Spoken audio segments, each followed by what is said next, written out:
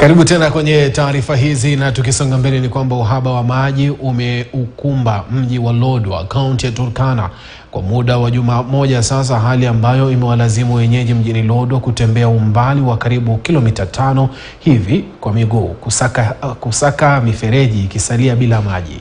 Baadhi ya mitaa iliyoathirika na uhaba huu umewalazimu wakazi wake kutumia maji ya mto Takwal ambayo sio safi kwa matumizi ya binadamu, na hivyo basi kuhatarisha maisha yao. Kwa sasa wakazi wanahofu kuwa afya yao iko hatarini, kwani wanaweza kuambukizwa maradhi yanayotokana na matumizi ya maji chafu.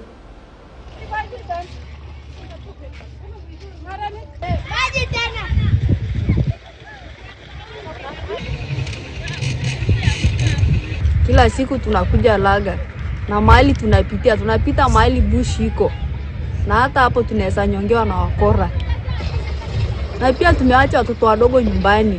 Hapa hivi tukikuja Laga tunakuta hii makisima zetu ziko na uchafu, ziko na kila kitu, na zaidi outbreak ya malaria iko, na pia magonjwa mengi ziko zinatokea kwa sababu ya hii maji ya Laga. Sasa tunaomba bwana gavana atusaidie maji.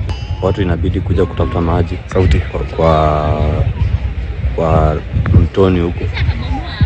Kuna msitu karibu, kuna wanyama. Sasa ni very risky,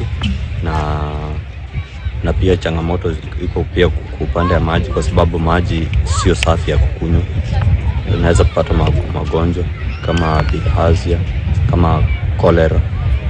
So tunaomba serikali kama inaweza in conjunction na county government waweze kutuondolea uhaba.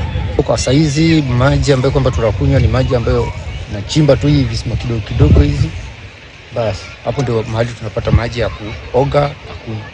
Kwa hivyo county itahitajika kuwajibika. Na vijana nchini wameshauriwa kutafuta mipango mipya ya kujiwezesha ili kujimudu kimaisha.